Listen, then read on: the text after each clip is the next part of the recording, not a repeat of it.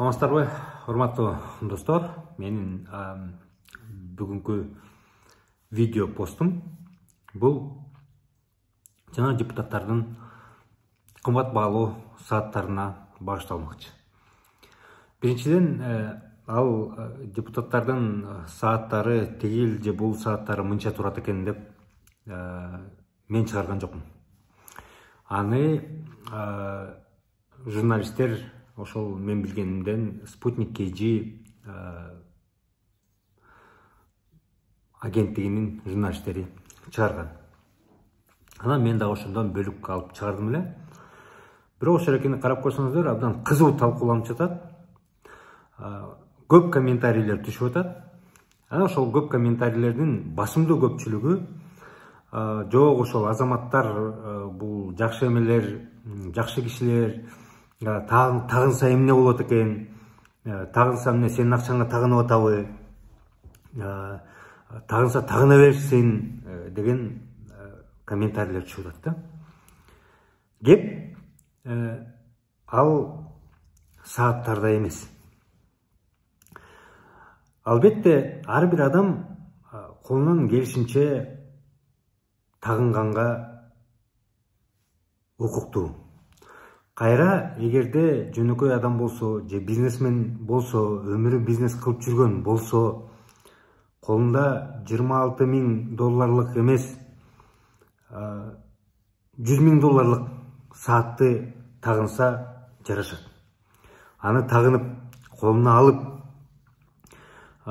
жүрсө, биз айтабыз, азамат иштеп атат, колунан келишинче саатын тагынып атат, колунан келишинче машинелерди айдап атат деп аны кайра кубатташыбыз керек. Ага ич күйбөй, туура ага эмне ичиңер күйөт деп айтып атасыздар.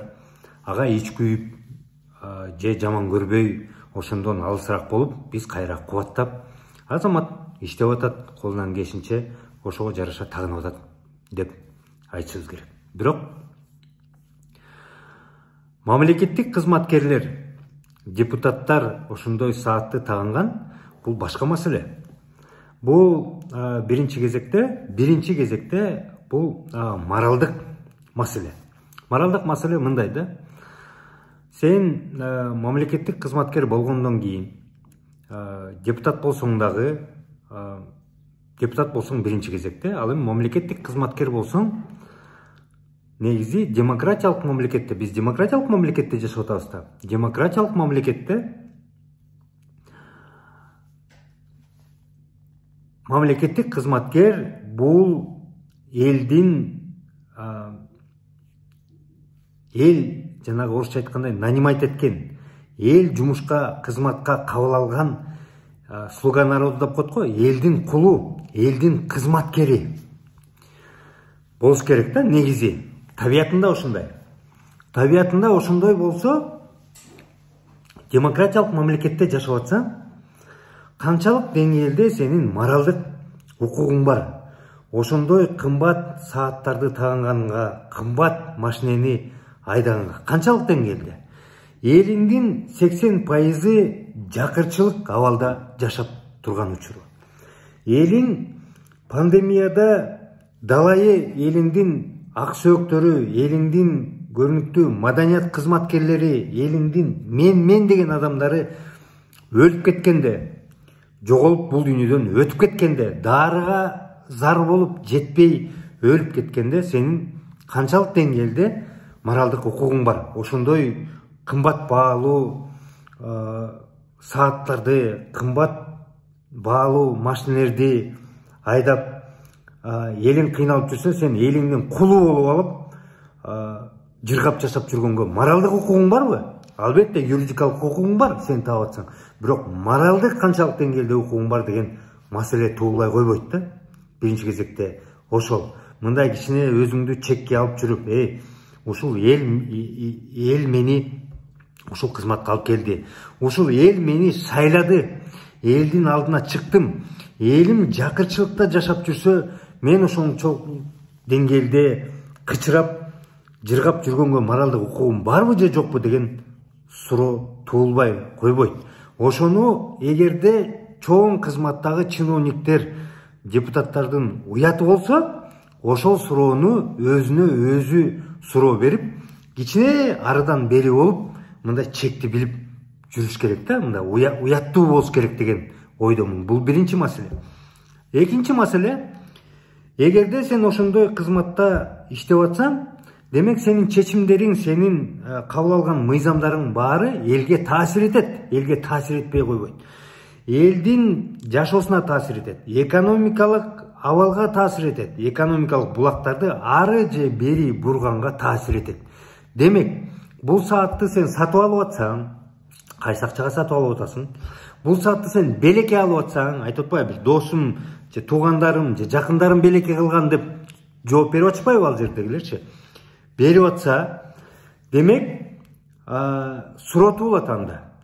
Себеп дегенде жана декларация доходах деген бар, же башкалар бар, биз анын баарын мыйзамдарды эмнеге кабыл алынып атат? Себеп дегенде ошол өзүң ачыктыкка барышың керек, өзүңдүн болуп аткан таап аткан акчаңды ачык чыгарышың керек, ачык көрсөтүш керек дегендечи.